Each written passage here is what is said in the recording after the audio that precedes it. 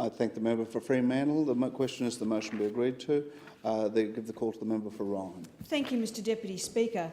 I rise to speak in support of this motion by the member for Latrobe, and I want to thank the member for bringing this practice of canned hunting to the attention of the House. This is the practice of raising animals, some of which are endangered, in captivity in order for them to be hunted in an enclosed area as trophy kills for wealthy customers. Because the business is legal and the animals are not wild-born, it makes the importation of the trophies, such as pelts and skulls, perfectly legal. There remains a loophole in the Convention on International Trade in Endangered Species, CITES, that this Parliament must address. As the trophies were legally obtained, they are allowed to bypass the trade in endangered species regulations. The process of breeding animals for hunting is a worldwide reality. These canned hunts can be found in South Africa, Namibia and Botswana for African game species, and more than 1,000 private hunting lodges across the United States of America. Some of the animals bred to be hunted at these private reserves in the USA are listed as extinct in the wild, like the scimitar horned oryx. This raises the question of what constitutes extinction. Can a species be classed as endangered or indeed extinct in the wild if it is being successfully bred in captivity?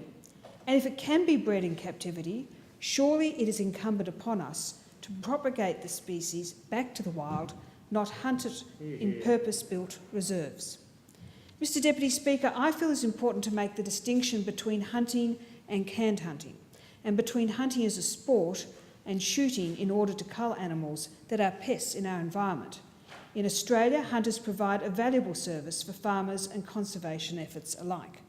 Introduced species like foxes, rabbits, feral cats and dogs, and wild pigs kill native species and destroy habitat, as well as crops, and prey on livestock. Culling programs to help contain the number of kangaroos, now estimated at over 34 million by the Department of Environment, but only the areas where commercial culling occurs. The rest of the country is not monitored, so the actual number is actually far higher. Canned hunting involves keeping an animal in an area where it has no chance of escape, but with enough running room for the hunters to enjoy a level of challenge in a so-called fair chase. Animals that in many cases, I understand, have been hand-raised and have lost their fear of humans. Some even approach these alleged hunters seeking food.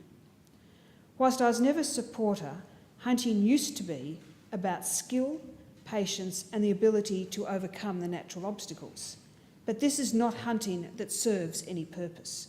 This is shooting an endangered animal in a controlled environment for so-called fun.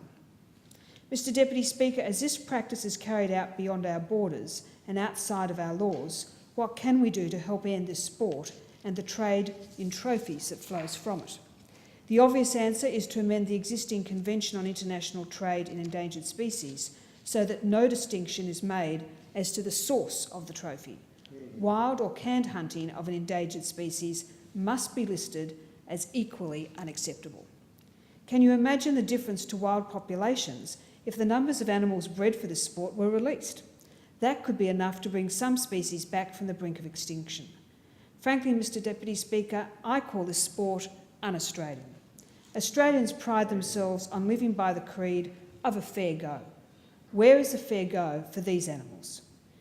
Mr Deputy Speaker, I want to again thank the member for Latrobe for alerting the House to this unacceptable practice. I strongly urge every member of this House to support this motion, and I ask the Environment Minister to put into legislation that an endangered animal is endangered no matter its origin, and ban the importation of trophies from all hunts in all circumstances. And I commend this motion to the House. I thank the